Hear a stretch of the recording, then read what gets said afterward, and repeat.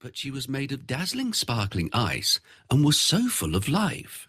She turned around to look at Kay. She nodded towards the window and beckoned with her hand. Kay was frightened and jumped down from the box.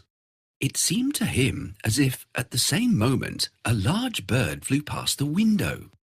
The next day was very different. There was snowfall at first, but afterwards the sun shone brightly. Kay and Gerda cheered up because green leaves were sprouting on the trees, the birds were singing, and the windows were thrown wide open.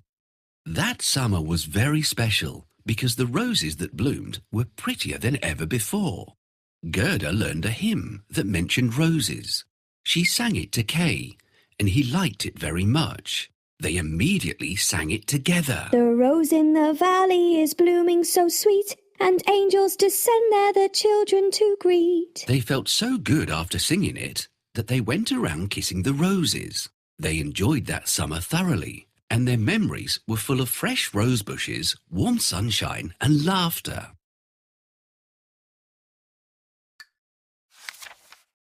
Kay, we haven't taken care of the flowers for quite some time now. Yes, we have to clean it up. Can you help us with the cleaning? First, let's pull out all these weeds. Kay and Gerda sat outside talking as the clock tower struck 5.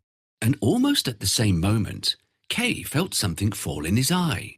He rubbed his eyes and splashed water on it, but whatever it was wouldn't come out. It was one of the splinters from the magic mirror. Another piece struck his heart, and even though it didn't hurt him, it slowly changed his heart into a lump of ice. Poor Kay had changed. He looked at the roses and made a face. How ugly those roses are. They are crooked and dull, said Kay. Gerda was surprised. Kay had never spoken like that before. She brought out her book of animals, and they looked at it as they had done many times.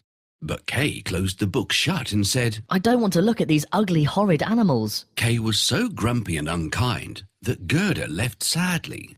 When she came to listen to Grandma's stories, she was surprised to see Kay smirking.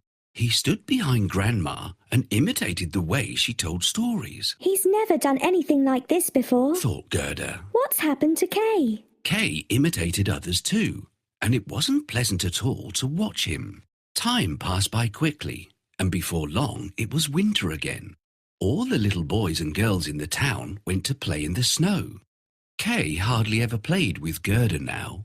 One day he took his sled and went to play with the other boys.